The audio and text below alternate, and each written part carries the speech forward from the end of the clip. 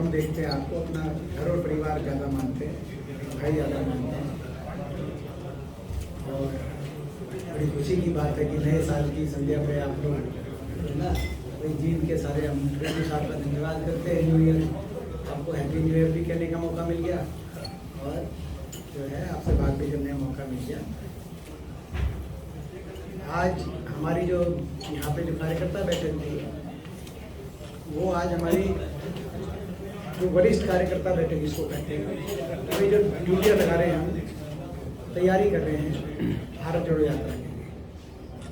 और भारत जोड़ो यात्रा आपके माध्यम से सबसे पहले हम धन्यवाद करते हैं हरियाणा वासियों का और सारे कांग्रेस कार्यकर्ताओं का कि जो हरियाणा जोड़ो यात्रा भारत जोड़ो यात्रा प्रथम चरण हरियाणा में आई तो 3 दिन जिस तरह का रिस्पॉन्स लोगों का रहा, मेवात में, गुड़गांव में और तीसरे दिन फरीदाबाद में लगातार लाखों की संख्या में लोगों ने जिस रूप में उस यात्रा के अंदर अपना हिस्सेदारी दिखाई,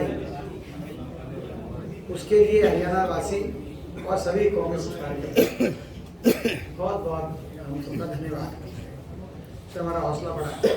अब दूसरे चरण में ये भारत जोड़ो यात्रा फिर आ रही हरियाणा में 5 की रात को राहुल जी यूपी हरियाणा बॉर्डर सनोली गांव जो हरियाणा में पड़ते हैं वहाँ पे रात्रि विश्राम है, यात्रा नहीं है, रात्रि विश्राम बॉर्डर पे 6 को थोड़ा हरियाणा में चलेंगे सुबह 2 घंटे और 2-3 घंटे और उसके बाद फिर 6 को 11 बजे एक और बड़ी एक रैली होगी, भारत जोड़ो रैली। ये फॉर्मेट है इस भारत जोड़ो यात्रा का, जिस प्रदेश से राहुल जी निकलते हैं उस हर प्रदेश में एक जगह रैली होती है। खास तौर पे जिन जिलों में वो नहीं पहुंच पा रहे वहाँ के कार्यकर्ता, वहाँ के लोग उस रैली में आ सके, राहुल जी पूरी बात अपनी कह सके। क्योंकि जब रूटीन में जब वो चलते हैं तो जो छोटी मोटी कॉर्नर मीटिंग जहाँ होती भी है वहाँ राहुल जी खुल के उतना लंबा नहीं बोलते क्योंकि चलने में फर्क रहता है, तो एक रैली में अपनी पूरी बात रखते हैं। तो ये एक फॉर्मेट है। तो 6 तारीख को हमारी बड़ी रैली होगी पानीपत में, 7 को राहुल जी चलेंगे करनाल में, 8 को कुरुक्षेत्र में, 9 को भी लगभग कुरुक्षेत्र में, 9 को लास्ट का 1 किलोमीटर अम्बाला जिले में, बाकी सारा दिन कुरुक्षेत्र में चलेंगे। और 10 को पहला हाफ अम्बाला में चलते हुए 10 को लगभग 6 बजे शाम को हम पंजाब को हैंड ओवर करेंगे। ये राहुल जी का रूट रहेगा और इसमें हमें पूरा विश्वास है, लोगों का बहुत साथ और सहयोग मिलेगा। रैली अब अभूतपूर्व एक बहुत बड़ी रैली होगी, भारत जोड़ो रैली, क्योंकि आज भारत जोड़ने की आवश्यकता भी है और हरियाणा जोड़ने की भी आवश्यकता है। तो इन बातों को लेकर हम चले। बाकी आपसे प्रश्न, पानीपत को ही क्यों चुना? क्या आप इसका जो पीछे लड़ाई होती रही है परिवर्तन की नहीं? इसमें ऐतिहासिक और भौगोलिक दोनों ही परिस्थितियां हैं संजय जी। क्योंकि पानीपत आप रैली देखो या तो फर्स्ट फेज में करते तो फरीदाबाद वगैरह बहुत एक तरफ हो जाती, अम्बाला वगैरह तो बिल्कुल ही तो पानीपत हरियाणा के बीच में पड़ता है जी। पानीपत हरियाणा के मध्य में पड़ता है कंपेरेटिवली, सबसे मध्य तो हरियाणा के जींद ही है।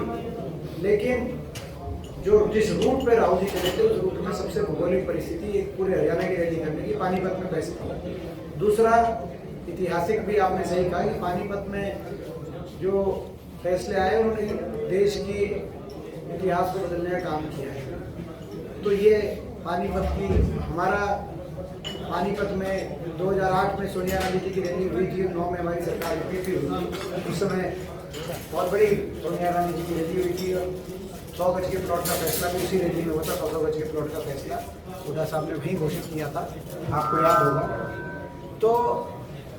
तो उस रूप में पानीपत से हमें उम्मीद है कि पानीपत की जो रैली रहेगी वो अच्छी रहेगी। कितनी आप उम्मीद है ये यात्रा हरियाणा कांग्रेस में क्या बदलाव लेकर आएगी राहुल की यात्रा? देखिए, भीड़